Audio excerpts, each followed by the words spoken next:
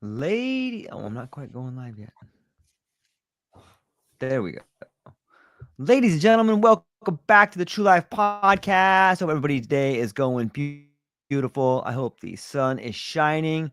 I hope the birds are singing. I hope the wind is at your back. I'm going to get into the roots of resilience. I have with me today an incredible show who's had an extraordinary journey. Today, we're honored to be joined by the one and only Diane Danvers Simmons, a true Renaissance woman and a powerhouse in every sense of the word. Diane's story is woven from a tapestry of remarkable experiences. Each one is vibrant as the next. From her days as an international advertising executive at just 27, shaking up the corporate world with her bold creativity, to her role as a fiercely devoted mother and co-parent to a beautifully blended family of 4. Diane has mastered the art of thriving in every role she undertakes. But Diane is so much more than her titles. She's a world traveler, a Reiki master, and the visionary founder behind Own It, Feel It, Live It, a dynamic platform for women's empowerment. With her British wit, American spirit, and boundless courage, she's a storyteller who doesn't just tell it like it is, she elevates it, making every conversation a celebration of authenticity and strength. Her memoirs, articles, and keynote speeches resonate with humor, candor, and wisdom, shining a light on what it means to live fully, boldly, and unapologetically. So pour a cup of tea or something a little stronger if you're part of my audience, and join us as we dive into the incredible life of Diane Danvers Simmons, where corporate gift meets soul deep passion. And every chapter is a testament to the power of reinvention. Cheers to the unstoppable. Diane, thank you so much for being here today. How are you? I'm good, and I'm just kind of breathing deeply after that really incredible introduction. Thank you. I want to get to know me now. Right? Yeah. And actually, I just want to throw in one other thing there. In writing the book, I really moved into taking the concept of Own It, Feel It, Live It, and creating a podcast and some in-person workshops with my daughter. And that's called Mothers and Daughters Unfiltered. So I want to give my daughter a shout out there. Because as we'll get into, when you go to the depths of your soul and start writing a story and looking at your own life and trigger points, that's when some of these ideas percolate. So I'm really looking forward to it, George, and thank you for inviting me onto your show. I'm excited you're here. I'm very fortunate to get to speak to lots of people who have overcome tremendous things that have happened in their life. And I can't shake the idea that so much of it is necessary. These incredible traumas that happen to us while happening, it's a nightmare, and it's, how am I going to get through this? Or maybe you lose someone along the way, or maybe you don't ever come out the same. But maybe just a quick way to jump into this before we jump into the story. Is it necessary? Is it necessary to be broken in order to have the light shine through? I think it's part of the human experience, and whether we want to admit it, accept it, it's very cliche, but it really does make us stronger. And unless we go through that human experience, we can't be human, and we can't have empathy for anybody and any situation. And that's really one of the reasons I wrote the book, because I would kind of tell my story, and I won't give away anything right now, but I would share a little bit of it, and people would go, but how come you've ended up normal, or you've got a positive outlook, or you seem to be happy? And I'm like, yeah, because you have to go through some form of hell to get to the other side. And I think I look at it as all these experiences make up the individual and give me the strength to be the person I am today, and to have overcome the challenges I did. I wouldn't have if I hadn't have gone through what I did. Yeah, it's well said. Thanks for sharing that. The book is titled My Mother Next Door, And it seems sort of ominous when you just read the title, like I always think of Mommy Dearest when I start hearing like his relationships. And I'm like, oh no, what happened? But, without giving away too much of the secret sauce, or, can we dance around sort of the story a little bit? Maybe you could fill us in with a little bit of a backstory and sort of set a hook for everybody. Okay. So there is a reason it's simply called My Mother Next Door, because she really was. Exactly 1 week after my 16th birthday, I come home from school, long walk with my friends, doing the normal Monty Python silly walk, because that's the era I grew up in, pop in one of my sweets, pretending it was whatever, the happiness pill or whatever it was at the time, but basically our Monty Python hats on. Get home, jump on the counter for my normal cup of tea and banter at the end of the week. And I'm going to say this, my Irish Catholic mother, who considered herself a heathen in the eyes of the Catholic Church, which is another funny story because mother was incredibly funny and a realist. And she looked at me and, having our cup of tea, and she said to me, I'm leaving you and your father tomorrow. And I'm like, what? What, come on, Mum, you're always threatening to leave. I know you're not going to leave. And she goes, I am. I said, well, when are you going to leave? And she goes, tomorrow. And I'm like, where are you going to go? Next door. And I'm sitting there, and of course, typical teenager, disgust, don't believe it. Off I go, meet my friends that night, think it's another one of Mum's threats. But there's something in my gut that's churning where I have this sense that this is different. Anyway, as we did back then, this is all set in this kind of late 70s. I go to my Saturday morning job, come home, no radio, deathly silence, dark house, no one's there. I run in, look around downstairs, run upstairs, open the wardrobe, all of her clothes, her face creams, everything of hers is gone. No note, no number, nothing. So what do? I go from the blue door, number 49, to the green door, number 47, knock on the door, and she opens, and I look at her and I'm like, have you really done this? And she said, yeah, I'm done. Obviously she invited me in. And we sat down again over another cup of tea, as the British do. And she says, I'm done. I've given you and your father 16 years of my life. I'm done. You're big and ugly enough to take care of yourself, the dog, and your father. And I want to get on with my life now. My mother was 60. She had me very late in life. And that is part of the background story, which is really integral to the overall story, because it begins to explain why people do the things they do. So she's 60. So I say to her, well, you're sharing the house with 3 college guys. You're going to live with these guys? And she's like, yes, absolutely. And so she'd moved next door with 3 hot college guys. And when I asked her the question, what does Dad have to say about this? She said, nothing. I'm like, why? I'm sure he's a man of little words, but I'm sure he said something. And she said, I haven't told him. So I said, well, who's going to tell him then? And she said, you are. So that's kind of where the crux of the story begins. But within that, I give the context of my mother had divorced her first husband, already had 2 teenage children, 18-year-old and a 15-year-old. My father's a widower with a 14-year-old, sorry. And they're dating. They get pregnant with me. What do you do in 1960? You get married. But she was ready to start another life. And the story kind of goes from there, and we'll get in. I know you have questions for me. I don't want to spill everything to begin with.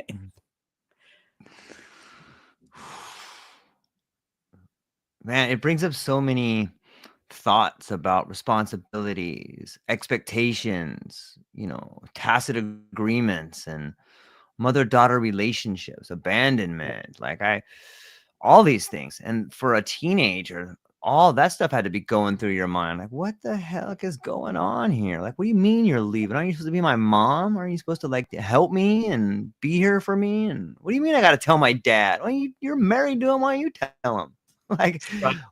How did you deal with that? Right after you have that conversation inside the room, is your head just spinning, or are you just like, okay, I'm a teenager, I'll just go do this stuff? It's really interesting. When you write a book, you really have to go to that quiet place. Yeah. You have to, after you've gone and spoken to everyone, research, try to understand, spoken to siblings, spoken to family members, spoken to friends. I reached out to my high school friends and said, what was your perception of the time? But after you go through all of that, you have to have this quiet. And honestly, I still remember sitting in that front living room of hers as if I was observing from the rafters. It was like I was out of my own body, watching what was going on, as if I was in some sort of Shakespearean play, trying to work this out. But what I didn't understand or know at the time, my mother was clearly a narcissist. And so the way it's presented to you by someone with that personality is that, oh, yeah, I see why she's doing this. This is perfectly acceptable. This is normal. Yes, of course she needs her freedom. But you think about it, I'm also thinking, hang on, I'm the one that's meant to be running away from home, not you. I'm the 16-year-old here, not you. You're the 61-year-old. You got your numbers mixed up. So it was very strange, but I had always been, and I always believe we choose to be born into the families we're born into. And I chose to be born to my mother. And I say this in the book very openly. I chose to be born to my mother to toughen me up for this world and to be enlightened in ways that people would find totally contradictory. Because she was like this, Horish, the fairies, gypsies, horoscope, you name it. She took me to that realm, but then was very grounded and practical. So really interesting mix. But I went back and I literally remember sitting at my stairs, and it's interesting. It's actually, you relive that your body holds a lot of this. You relive it, and I can feel the emotion right now. My father was like my foundation, the solidness in my life. And this figure, this person that was like the strength, the backbone, the person I could always trust.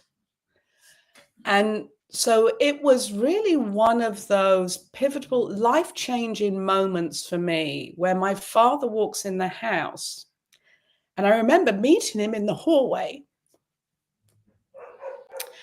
and him saying to me, where's your mum, Diane? Where's your mother? Because the radio wasn't blasting. There were no smells coming out of the kitchen with the, wonderful meals she would make. And I had to stand there and tell him she's left us, Dad. And of course he's confused. He's like, what do you mean she's next door taking, checking on her students and stuff like that? And I'm like, no, she's left us, Dad. And I remember him kind of slumping into my arms, and we just hugged each other. And I said, we're going to be okay. We have each other. We're going to be fine.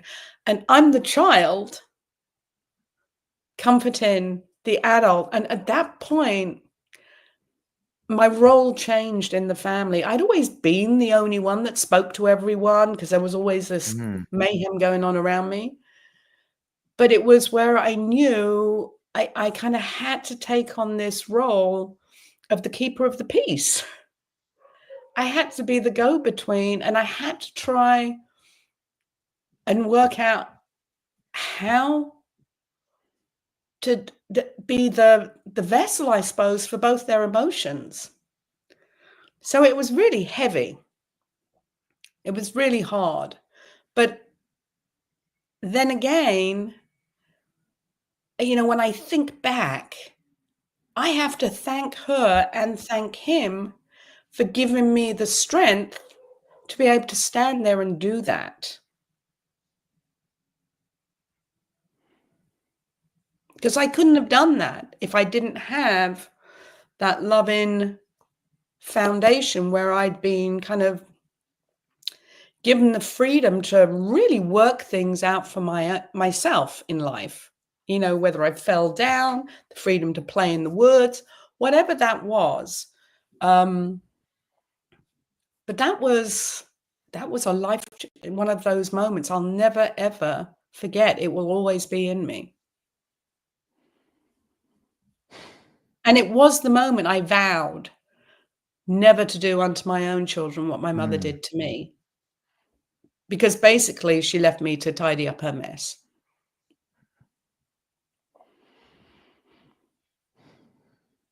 Is it generational? Did your mom have a horrible relationship with her mom? I would never use the word horrible relationship. It sounds like a horrible relationship. It really your wasn't. parents abandon you. That's horrible. Like, clean up all my mess now. I'm 60. I'm gonna go live with these kids. I've done enough. Like, that's such a horrible. That's a horrible parent that does that. That's a horrible parent. Maybe she taught you some skills, but that's horrible.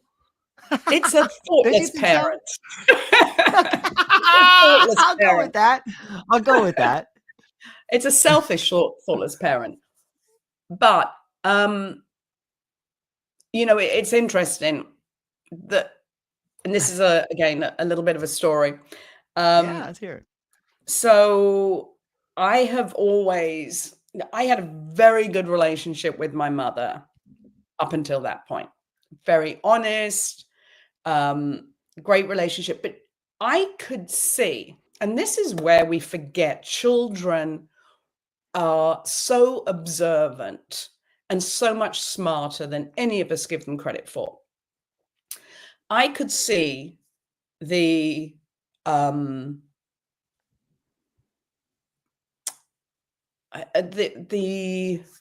what would I call it? The key triggers that led to her leaving. And I talk about those in the book. But the last one had been, I won't go into the others. The last one had been when she wanted to go back to work. She'd raised 2 children on her own. She'd lost 2 children in the Second World War because of, the war, basically, them being killed in the war. And then she made the choice to raise a child much later in life. That being me, when a lot of people wouldn't. And she, I'm kind of getting a little stuck here, but I think, as I said, she was a great mother raising me. She made bad choices and she handled things badly. So I knew when she wanted to go back to work and my dad said, no wife of mine works. I can provide for my family. That was the beginning of the end for them.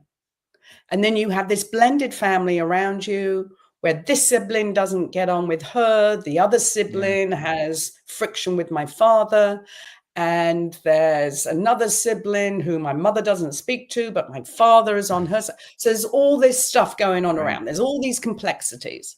So I would call her an incredibly complex woman. And this is why, when you say she's a horrible mother, I had to write the book, because people will look at it and go, oh my God, what a bitch. Excuse my French, Italian, whatever you want to call it. But I was like, you know what? It's more complex. Life is so much more complex than that. And so did I have issue with her then? Yes, of course I did. But she moved next door. So she was still right there to help with things. And I saw her every day. But she really did give me the tools to be able to deal with any situation. Back to your first question. She gave me those tools. So back to the story of where I got to this, but the generational question. Mm-hmm.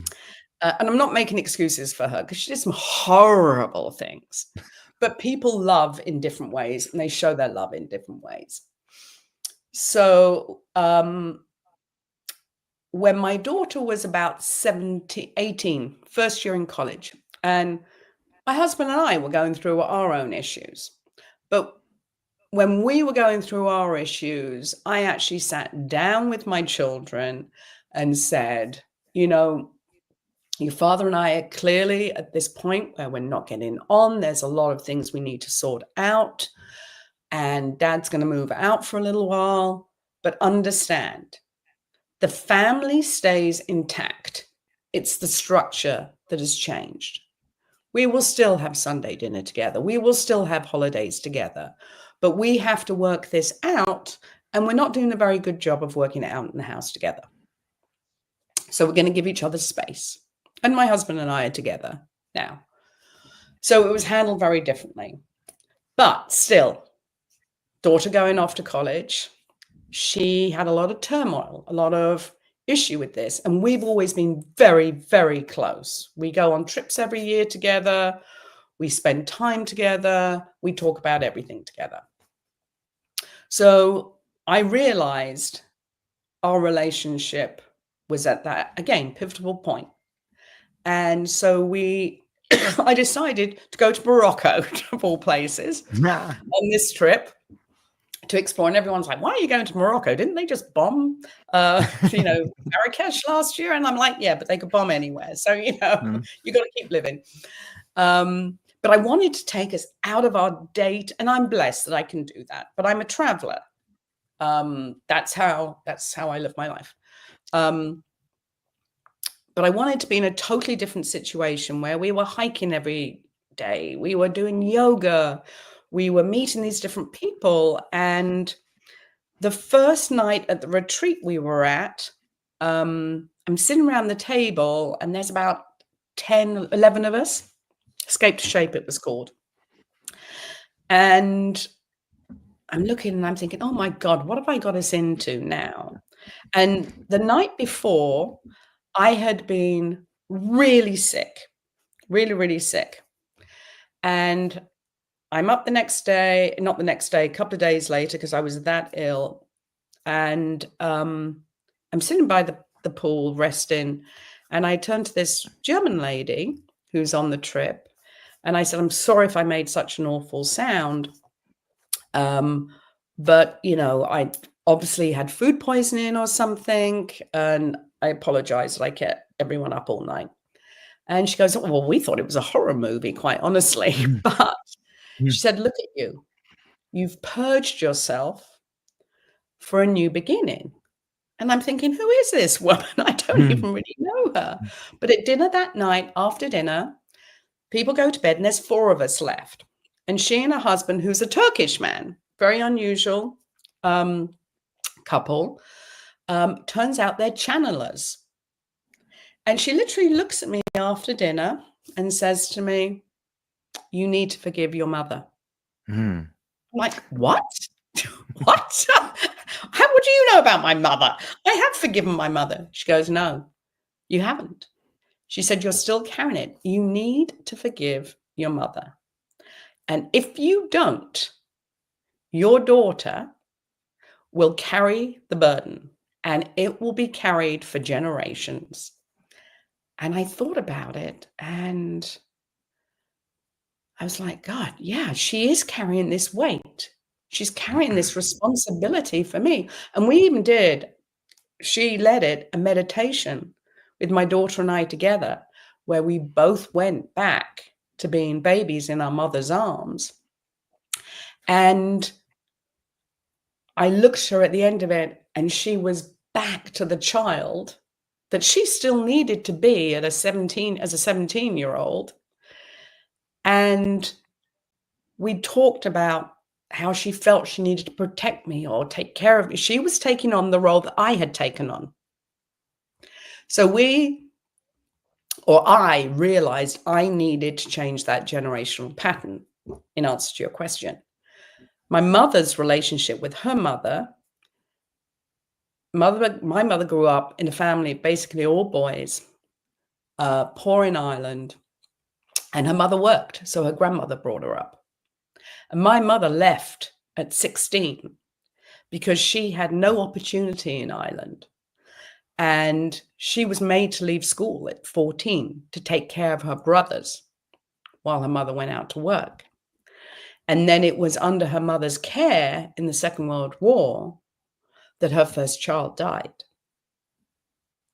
So there were, even though my mother took care of her mother later in life, and she really admired and loved her mother, there were these patterns that had been formed that I needed to change. And I think I have. That was the purpose of writing the book.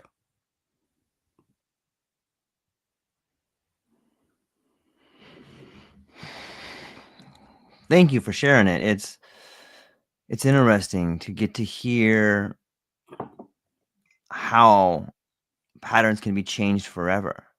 It sounds to me becoming aware that there is a pattern might be the first stage, and then finding the courage to forgive. I know that sounds like a weird thing to say, find the courage to forgive, but it's hard to forgive, like especially when you've been wounded at a young age, and that wound just festers and gets more and more the more you hold on to it, like the more salt you pour into it and the bigger it gets and you make it, like it almost becomes an engine for moving forward. Like you channel that hate, you channel that anger, and that's what moves you forward on so many levels.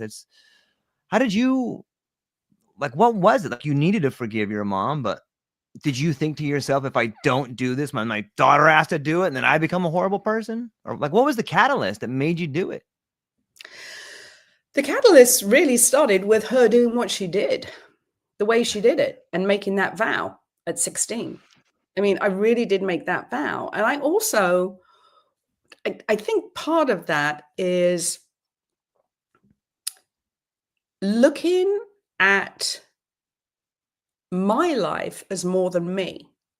It's not, as a mother, it is not just about me. I do impact my kids. I do impact my stepkids. I do impact other people. And that can be good or bad. So my thing has always been, and I've always said this to my kids, you can tell me, say absolutely anything to me. If something happens to you, and something will, I promise you it will, you can come and tell me. You can call me any time of night and I will be there. But if you don't tell me, then I can't be there and I can't help you and I will be cross. Excuse me. So I think it's the first act of being willing to listen and look at your children. And I've written about this in a few articles, looking at your children as these people that you've brought into the world to hopefully do some good in the world, but to also just have a good relationship with. I didn't bring them into the world to serve me and to be molded into what I want.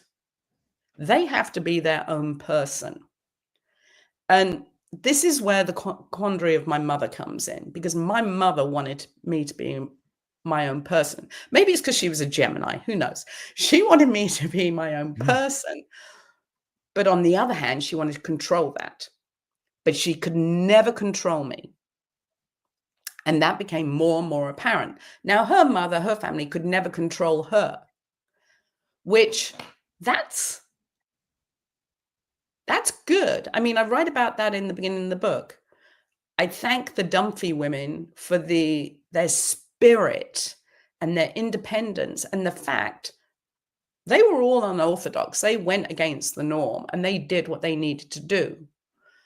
You can do that, but you don't have to do that and injure people along the way. So that's the piece I had to change.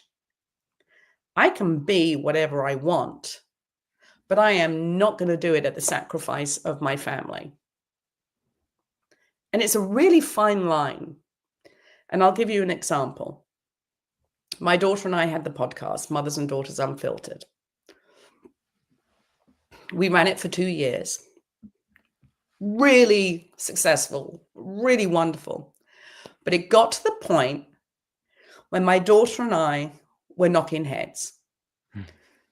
She's a strong personality, very smart, beautiful woman.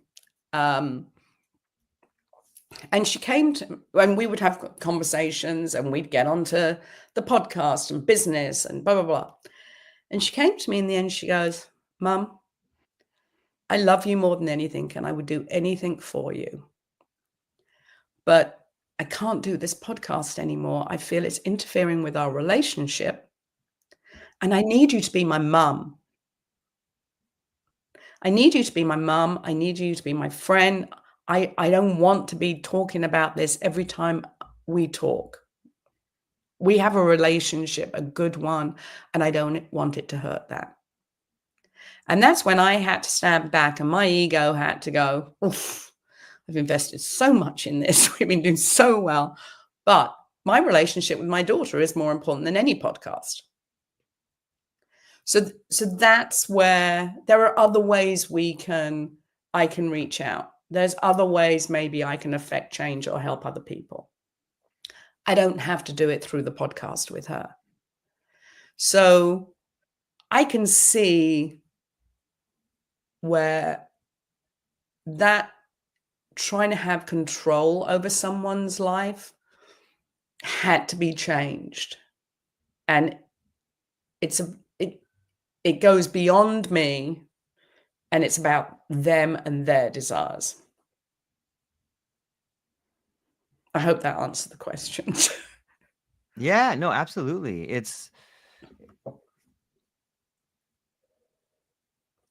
Did you ever get a chance to like talk to your mom? Like, is your mom still alive? No, she died. You got to remember, she was 45 right. when she had me. When you were 16.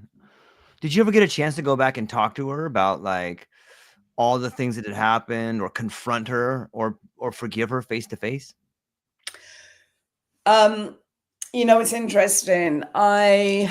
We would talk about bits and pieces of it as we went. I mean, she did end up coming back into our life, stayed in her own house, but she used to come, and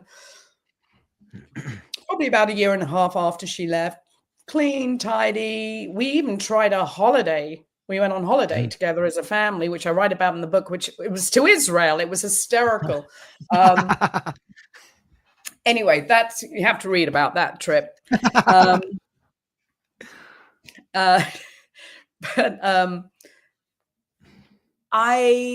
We did on and off, and I had a period when I was in my late 20s, early 30s, where particularly late 20s, I couldn't actually go and see her without having a friend with me, because she would irritate me so much. That anger was there that I didn't know how to release. But when I was in America and I met with a medium, and I was probably about 30, 31, I remember it vividly. And it was in California. And he said to me, you have to learn to trust in this life. And you have to forgive your mother. And again, this was an early, you have to forgive your mother. And he said, you don't have to do it face to face. Because I was very frustrated with her at the time. And I was living in America. Hey, why do you think I moved to America? One of the reasons to get away. Right. Get the hell out of there. I didn't want to get caught in that web that was going on. And he said, but just do it in your heart. do it from afar, sit and meditate on it. So I did. And that really, really helped. But when we never really talked in depth about her leaving Dad. When she would start ranting about him, I would say, do not say anything detrimental about my father, whether, whatever your opinion is, you have that, but I don't. And I won't stay here and listen to you speak badly about him. But when she was dying, and I write about that in the book, the very end of the book is about basically when she was dying, and she was going in and out of, people say dementia, but I think she really was seeing the other side, because she would talk. I'd be sitting on the bed in the hospital and she'd be going and saying, hey, oh my God, my hair isn't done. What have they done with my dentures, Diane? I look a mess. And look, there's Alec over there. Or there's Tom, who was her first husband. Oh, look, I don't want them to see. So she's having this like conversation of being here, not being here. But we talked, and she admitted some things. And she said to me, I always knew you were the strong one and you could handle things. She said, but I've done terrible things to your sister, Mari, my eldest sister, which she had. But then Mari's done awful things back to her. They did have a horrible relationship. But Mum was cruel to her, really cruel. Typical Irish mother, they make no bones about the sons being the favorites. But, I had enough love to go around. Didn't bother me. We're each had a different relationship. And that's the other thing we have to remember. We all have different relationships with our parents. Each sibling has a different relationship. But she was saying to me, oh, I've done terrible things to your sister. Do you think she'll ever forgive me? And I said, Mum, yes, she has. She's here. She's the reason I'm here. She called me and I got on a plane to get here because of her. So she had those regrets, and she said, what will happen to your brother? I'm so worried. I said, don't worry. He has a wife. He has children. He'll be fine. We'll take it. You can go, Mum. You can let go. And so it was like she needed permission to let go, and that things were okay. But as I wrote this story, and I walked away from this book probably about 3 times. And, I live in Lake Tahoe in Klein Village, not on the lake, but looking at the lake. And I go down to the lake, and Saturday mornings I have coffee with this really interesting group of women who are all Reiki masters. And, I have this really rich life, I'd say, of business, spiritual side, because we're living the human condition, we need to be able to experience all of it. And this one woman, Debbie, who reads cards, wonderful woman, she said to me as I was writing the book, she said, and she didn't know anything about the book then. She didn't really know me very well. She said, there's this woman in this tree behind you. And she goes, oh my God, she's hysterical. And she started describing my mother. I know it sounds weird to people. And she said, but she says she's sorry. And she said, you need to write this story, and she's okay with you writing this story, which kind of gave me permission. And then I went full steam ahead, because this was a story I did not want to write, but I was clearly destined to. And every time I would tell a snippet, people would go, oh my God, they burst out laughing. And then they'd be embarrassed about laughing. And I'd be, no, it's okay. I laugh at it. I've actually written this book with a reverent humor as well as pathos, because humor allows us to approach subjects and to take off the hard edges of subjects. And I used humor with my mother to survive her. So I would diffuse a situation as a kid with humor. And she would appreciate that, and she would laugh. But, she was a strong Irish woman who went through a lot. And I think, the other thing you have to think about, and this was, you talk about generational. She left Ireland to move to England for success and for a better life. I left England to move to America for career success and what I thought would be a better life. And so I married an American. She married someone in Britain. I had my children in the country, another new country. She had her children in a new country.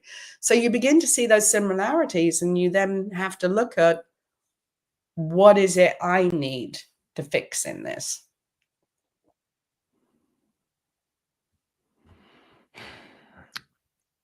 To me, it sounds like and I think about this with my own family and other people that I speak to, but it seems like an evolution of awareness. Like, you had to go through those things. And like you said, you were given some exotic tools to fix complex problems, but being handed that tool at such a young age is difficult to handle. You don't know how to handle a tool like that until you wield it around a little bit. And as you get older, you're like, wow, this tool is pretty handy. I could really hurt people with it, or I could use it to fix stuff, but what's your take on evolution of awareness? Like, it sounds like you shouldered a lot of the same sort of proclivities as your mother, but you wielded this tool in a different way. You were able to be more aware because of what happened to you. Is it an evolution of awareness?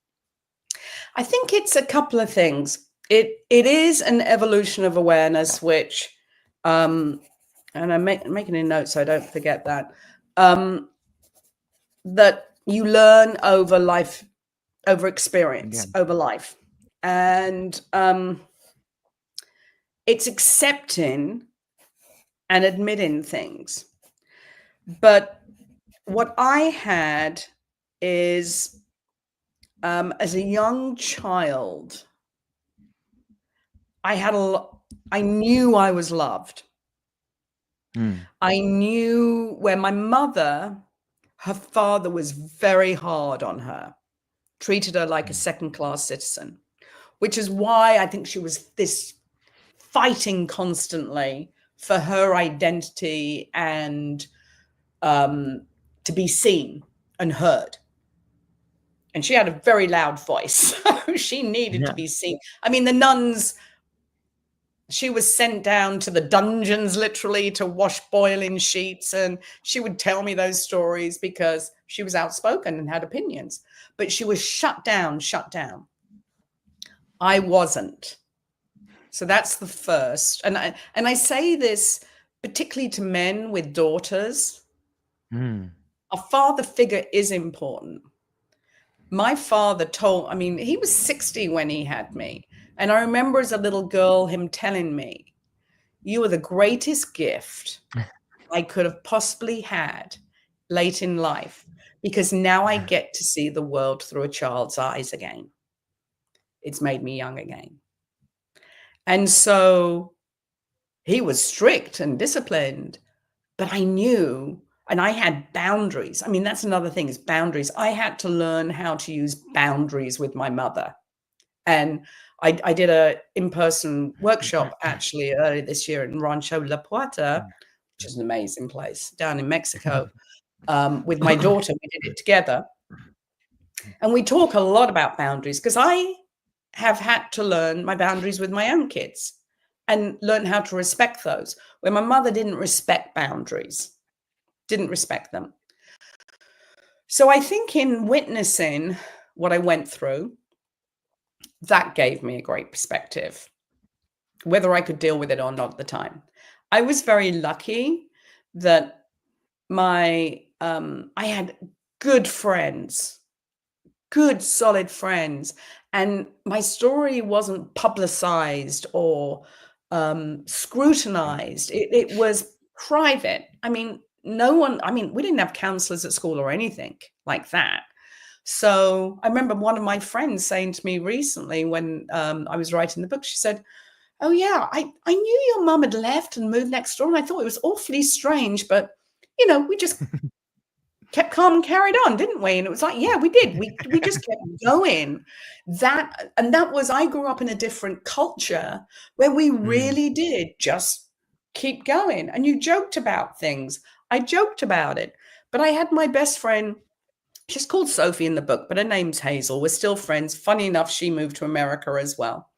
And I see her, and we talk all the time. She's like a sister to me. Her family was my saving grace. I was always there. I also had my brother's wife, who was amazing. My sister by my father, who was really grounding, and I could talk to her about it. But I think also because my mother was so vocal and open that nothing was a shock. I kind of knew what was going on. She told me too much, actually. But I think the great awareness came really kind of mid 40s, where I'd carried it, and she did something which just, I was visiting her with my kids. They were babies. And she said something, again, I'm not going to say what it is because it's in the book. And it just put me over the edge. I came undone. And my husband said, you need to go and speak to a therapist, a specialist. So I was probably about 40. So I did. And I had 3 sessions, and they were life-changing. And therapist basically said to me, you don't have to protect your mother anymore. You can accept what she did to you was wrong, and no one should expect a 16-year-old to carry that weight. And you can let go of that now and stop protecting her and telling everyone it was okay. It was not okay. And that was really freeing. I got a sense of why this, therapists work. But, I literally went for those few sessions and talked to friends, really close friends, and talked to my sisters at the time about what my mother had done. And so I was able to really digest it again in a new way and let go of a lot of it. And then I probably in my late 40s, I studied with Deepak Chopra and did some deep dives into really understanding what I was still carrying. And writing the book was clearly cathartic. It really is. And I find it interesting, George, the more I talk about it, the more I learn. So awareness is the apps, and that's why I created Own It, Feel It, Live It. Own It is awareness. It's acceptance. It's awareness of what you've been through or what you're doing. Feel it is allowing yourself, which is what I hadn't done early on, allowing yourself to feel that in your body and to release it in whatever way you need to.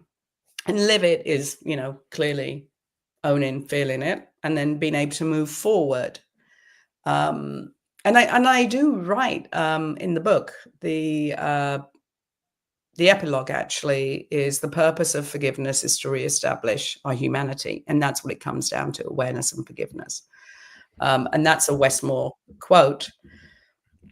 And you're right. I think forgiveness and awareness is, as you've said, the courage to accept that there really are things, there are people that are out of our control. I mean, they're simply out of our control. And it's normally not about us, it's about them.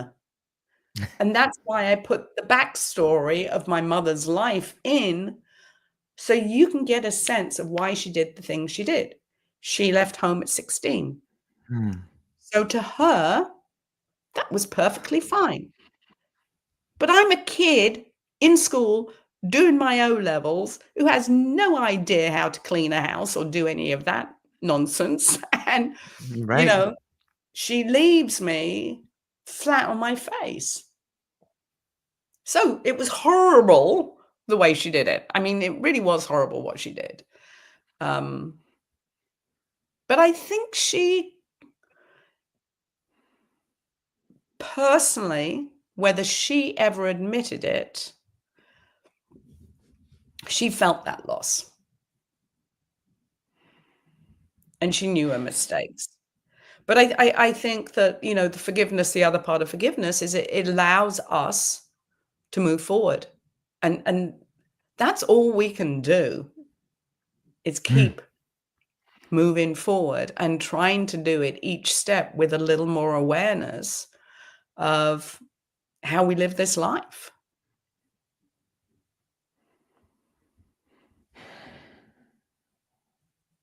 It's a lot. It's a lot to think about. Experience has taught me that anger is a really big blockage for forgiveness. Like you just mentioned, like your husband's like, you gotta go see a counselor. Like that means that he was like, listen, Diane, this is you're carrying way too much burden here. This is affecting our family. You gotta go talk to somebody. Like maybe, and I don't want to pull too hard on the heartstrings, but like so much of what you're saying appeals not only to my life, but so many people I know who have grown up in a family that was a broken home or had an atrocity happen to it, whether it was, abuse of some kind. But the anger, like, and it sounds like well into your 40s, you used to have anger. What was there a point at which the anger became detrimental to you or your family, or what was it that changed your relationship to anger to allow in forgiveness? I never knew I had any anger.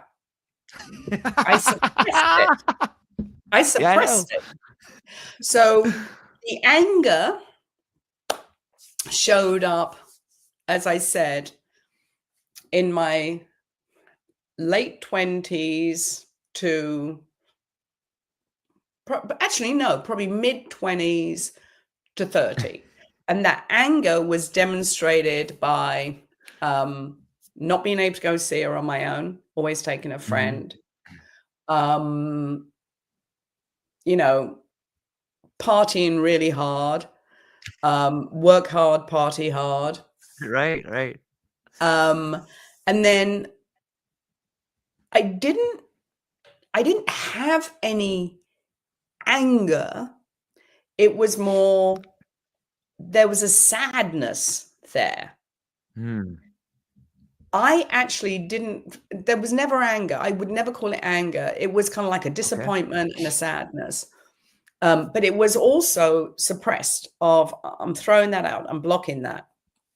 Right. And it wasn't until she did this thing when I was 40 and I literally walked out of her house. I'm not the type of person that blows up or gets angry. I'm a Libra. We just, but when I do, I get really angry. But this wasn't that I was angry when my husband said, you need to go see someone. I was just like, I felt my world was falling apart.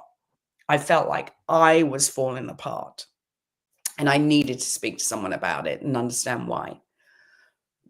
Anger, when I was writing the book, I'd be writing, and 1 minute I would be laughing hysterically because I played old Monty Python stuff. I played songs from the era. I played, Dave Allen, all these different things that kind of made me laugh. And then I would literally be in the room screaming at her, yelling, why did you think that was okay? That's where that was released. I never ever released it on anyone.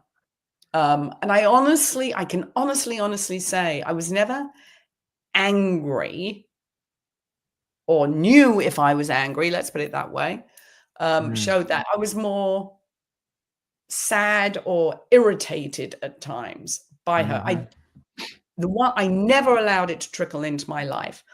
And anger probably that I got on with my life. And probably is one of the things that drove me in my career. I was very, very driven. I came here to America so I could get out of that. And I mentioned that earlier, out of that web of what I felt was so unproductive and unnecessary. And so I was able to move away from it. But it wasn't anger. It was more, I block you. Yeah. I'm living my own life. You know, when she came over to help with my first child, and she'd suggest things, I say, Mother, don't tell me how to raise my kids. I know how to do that. So it was more that of I put this wall up, a Right. block, because I have to protect myself. And that's what I did. So I was never angry. Actually, I can honestly say I was never angry until I was writing the book, and then it kind of bubbled to the surface. But I look at pictures of when I was 16, 17, 18, and you see the sadness in my eyes. I never knew that. I see the sadness. There's a real, and I look tired. I look really tired. Sure. You know, but then I just got on with my own life, and I write about this in the book. I'm not going to go into it much, but let's put it this way. My father died when I was a few years later after she left, which was so hard. And I stayed in the house on my own. But my father he got me out of that house. I couldn't after a while. Yeah. I mean, oh God, I think you'll read the book. You'll see all the things she did. But it's really showing. We expect a lot of women. We expect a lot of mothers. We expect them to be this perfect being. But no one can understand the situation and understand the story until we put ourselves in that person's shoes and understand where they came from. And that's a lot of what we did at the workshop at Rancho La Puerta this year. Understanding what she went through, gives us greater compassion and empathy for their story and their situation.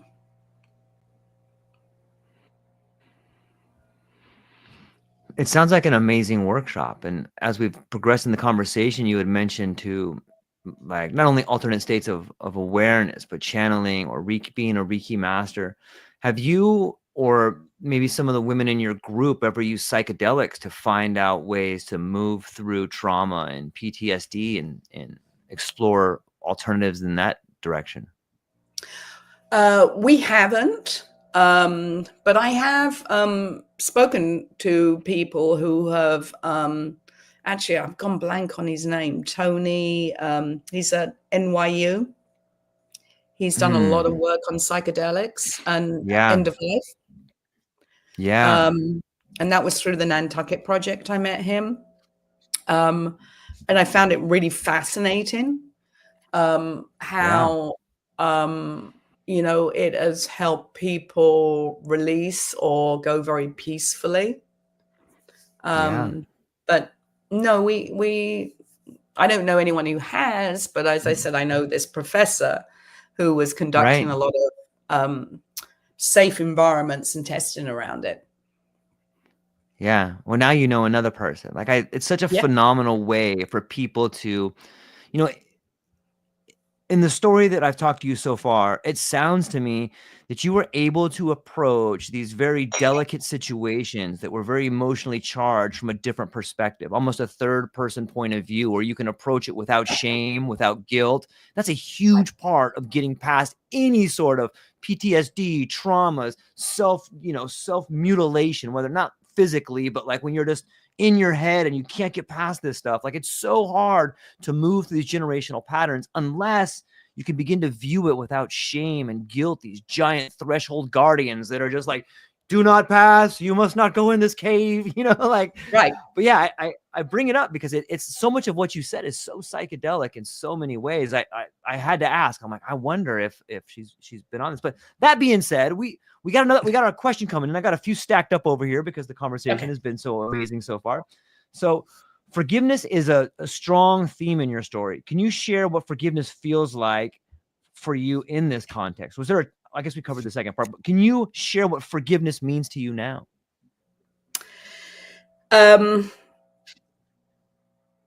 Forgiveness for me, besides, as I've mentioned, allowing us to move forward without bitterness, it's like this, and again, I write about this in the book. It's like this new dawn for me. It really enables us to feel somewhat whole, grounded, and accepting with some sort of kind of empathy for what's going on in this crazy, crazy world. And it allows us, and I think this is maybe, and this is just something that's coming to me now, but it allows us to feel like, I know I have a choice. Yes. No one's telling me to do this. I'm telling me to do this. I feel, and this is interesting, I haven't written about this anywhere, but I think it is. Ultimately, all this comes down to our choice. Do you want to live your life as a curmudgeon and be bitter and allow this experience to haunt you? Or do you just want to get on with it and live the life you want to live? So whole. Makes me feel whole and in charge. That's a beautiful answer. It's like it's taking back your authenticity. Yeah. And authenticity is so important to me. Someone wanted to make a movie out of this at one point, and they sent me the outline, the treatment, and they changed they basically turned it into High School Musical meets The Hangover. And I was like, no, I'm not disrespecting everyone in my family just to make a dime. Forget it. I will be in control of this if anyone makes this. So yeah, authenticity. That's so awesome. We have Lucy from Florida, and she says, you grew up navigating a very uncomfortable family dynamic. How did this impact the way you defined family and relationships in your own life?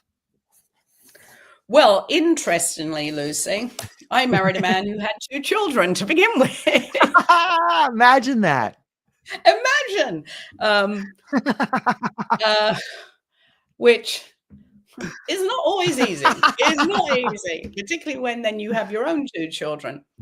So for me, it became about, and this is the big crux of it.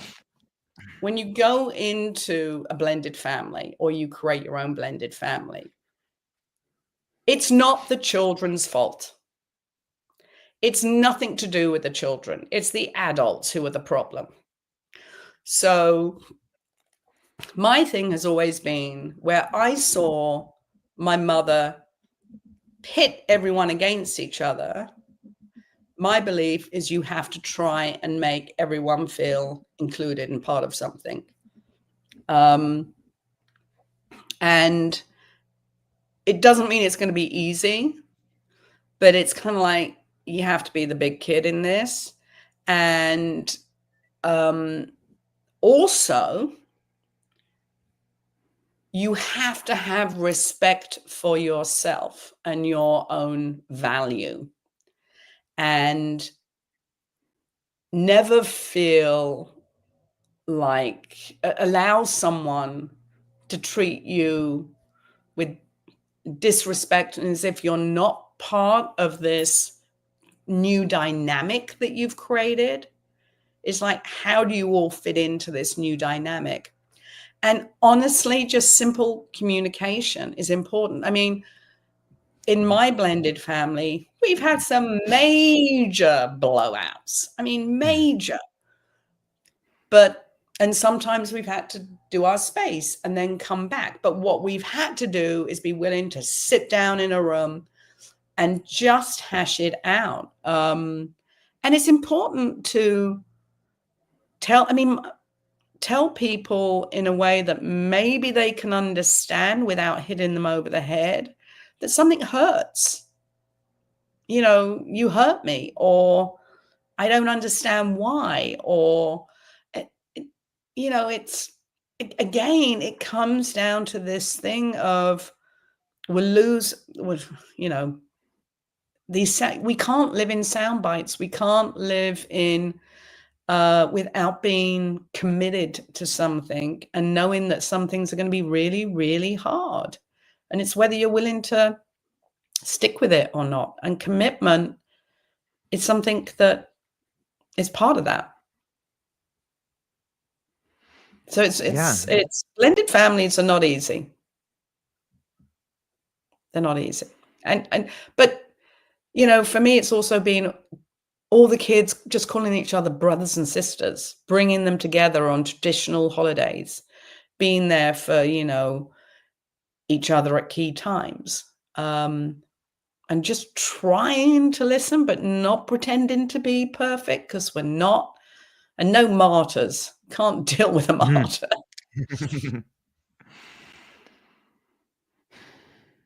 Yeah, that sounds like the keys to living a life worth living is communication. But those tools are hard to come by unless you're given to them as a young individual, right? Like no Yeah. one, at least I was never sat down and been like, okay, these are the effective keys for communication. Here's how you talk about your feelings, you know, try not to use too much sarcasm, you know, like we have all these defense mechanisms instead of keys to communication on something. Like it's really hard to conversation Yeah, alone and words fail sometimes. they do. But, you know, my thing is, I've always been that for a traditionalist about sitting down around the dinner table. Right. So, you know, and with that's how I was brought up. That's how I brought up my kids.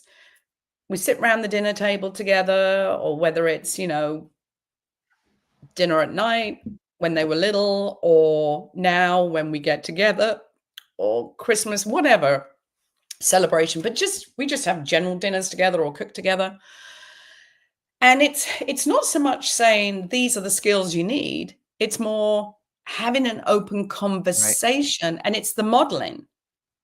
It's really more about modeling and having and being there and talking, rather than saying, this is what you have to do. Here are the 3 keys to Right. success. You know, it's like when I get asked to written certain articles and we want these 6 points to blah, blah, blah. And I'm like, oh my God, it's more than 6 points. Is it really? Can I give you 25 and give you 25 essays instead? But again, it's modeling, it's talking. I mean, I really feel for parents these days with, you know, everyone on their cell phones or whatever. I never allow cell phones, never have, never will allow cell phones around a dinner table. When we're together, the cell phones are, you know, in your pocket, on your wherever it is, but they're not on the table. So it is, and it's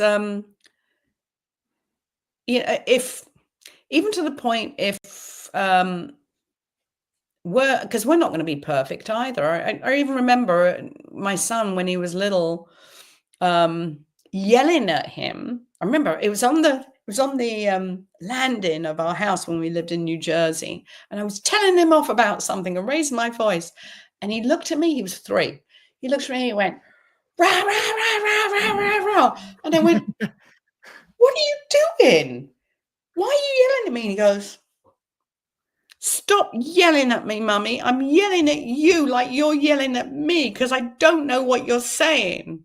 Talk to me. This was a 3-year-old. And I thought, oh my God, you've taught me a lesson. But it's, again, that's kind of, I learned, okay, I've got to try and if I do yell, if I do get mad, it's saying, hey, you know, maybe I'm sorry I said it that way. What I was really trying to say was, and that's part of the awareness.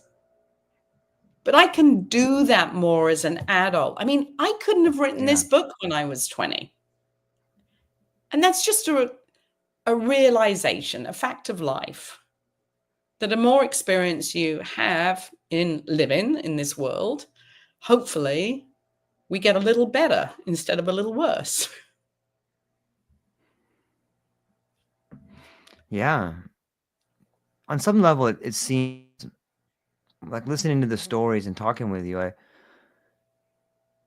can almost envision like a rite of passage when I see the way in which the relationship happened with your mom. And then I go onto your website and I can see the podcast with you and your daughter. And I get to hear some of the stories between the way you share wisdom with your kids. And then just this last comment about, maybe we are spiraling up in like a helical matter as we're moving through this thing on some level. Is that, I guess if you pan back, can you see that picture? Do you think that that's kind of what's happening right here? Is not only an evolution in awareness, but like there is this slow, gradual move upwards of communication and empathy and understanding and becoming something better. I do.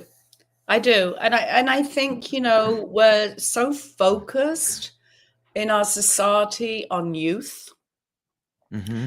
and we're forgetting the beauty of aging Mm-hmm. and the kind of, I always we always talk about, oh, that older person, they have so much wisdom, or why do young kids, grandkids get on so well with their grandparents?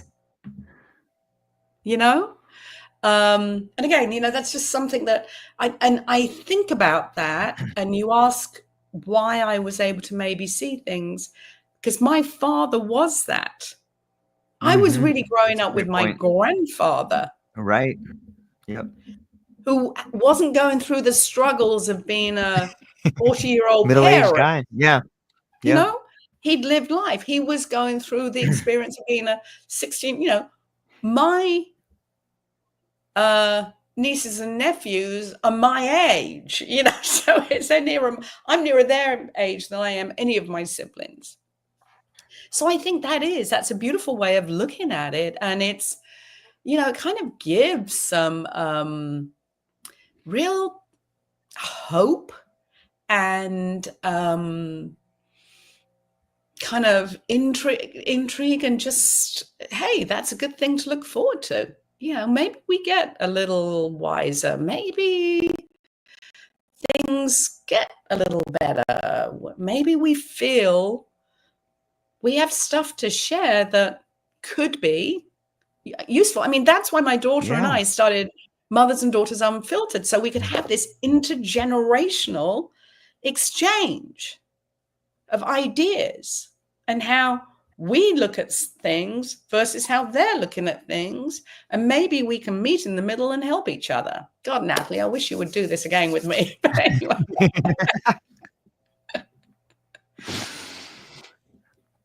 Yeah, I love it. I think that there's something to be said about intergenerational living and the wisdom of our. Yes. They still Yeah, do it elsewhere. I mean, that trip I spoke about in course, Morocco, which was of course. so impactful for my daughter and I, they live intergenerationally. Yeah, yeah. I heard a funny quote that said, "The reason why grandkids and grandparents get along so well is because they have a common enemy." I love that. I'm going to keep that. I'm going to make a plaque for that and give it to my kids. Do it. Totally. That's the Christmas present. That is. It's so good.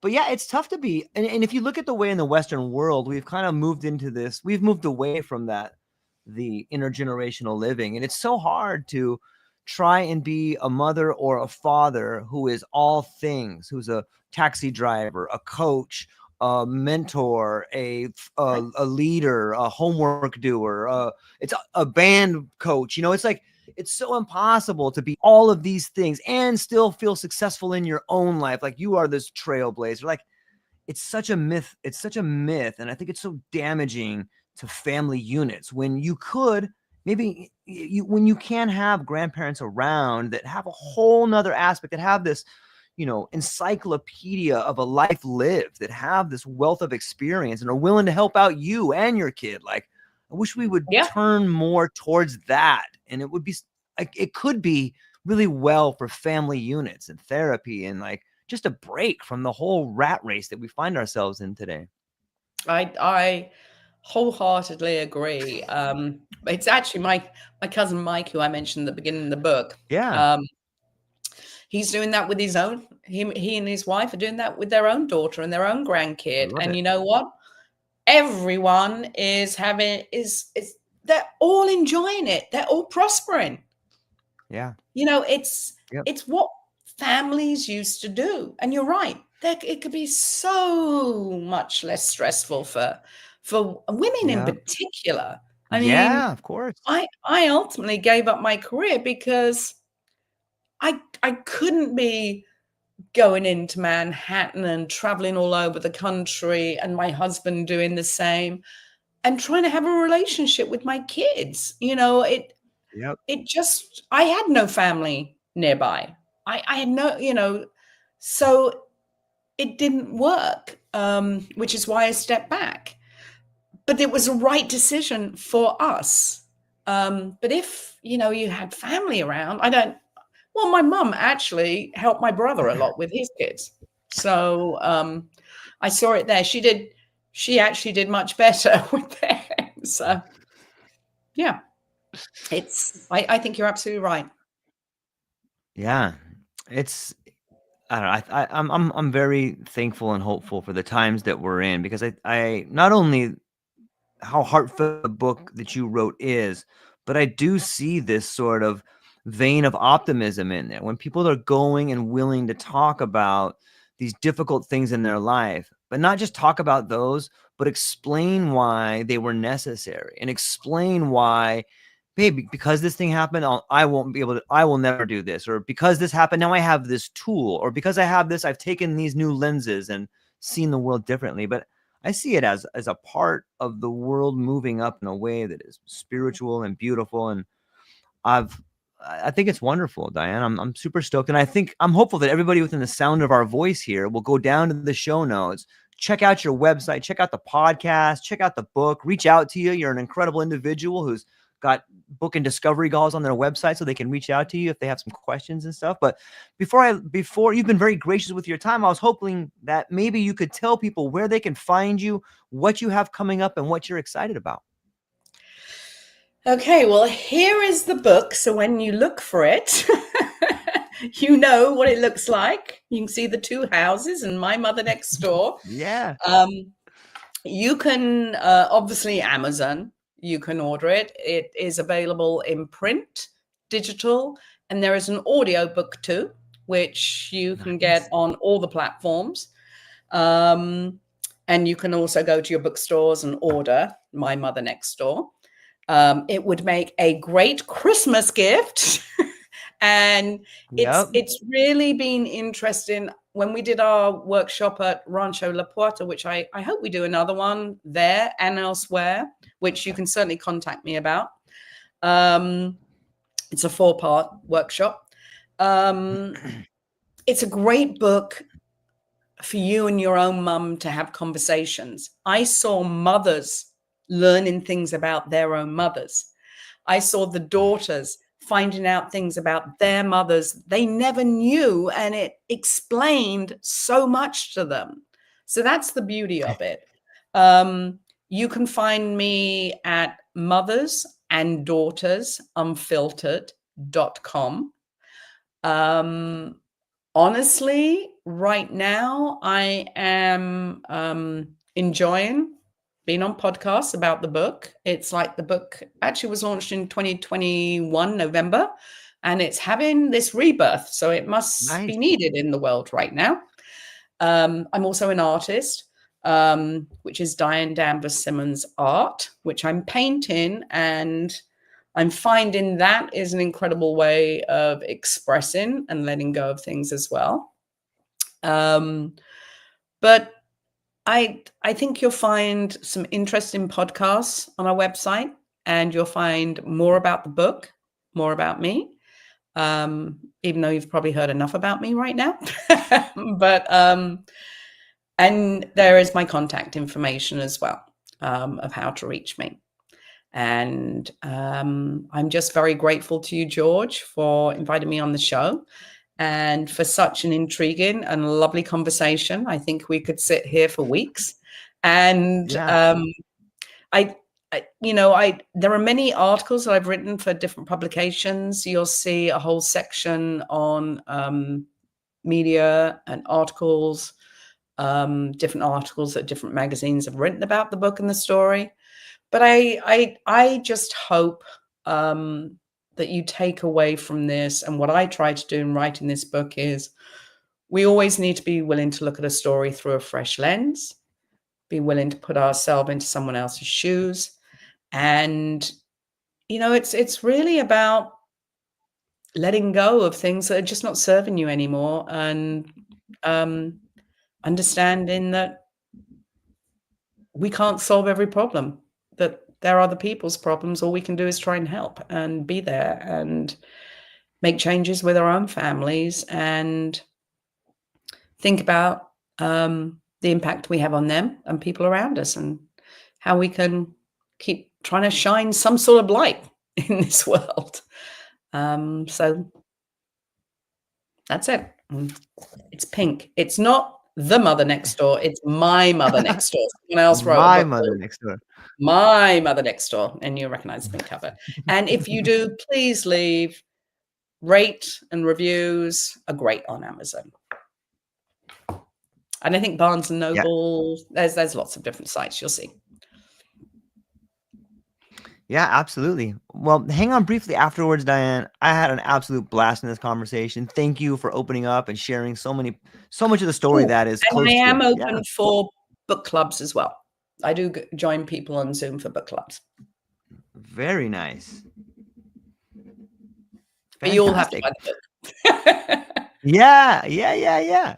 Ladies and gentlemen, go down to the show notes. Check it all out. I hope you have a beautiful day. This book makes a fantastic Christmas gift, or a Thanksgiving gift if you're so willing. And that's all we have for today, ladies and gentlemen. I hope you have a beautiful day. Aloha.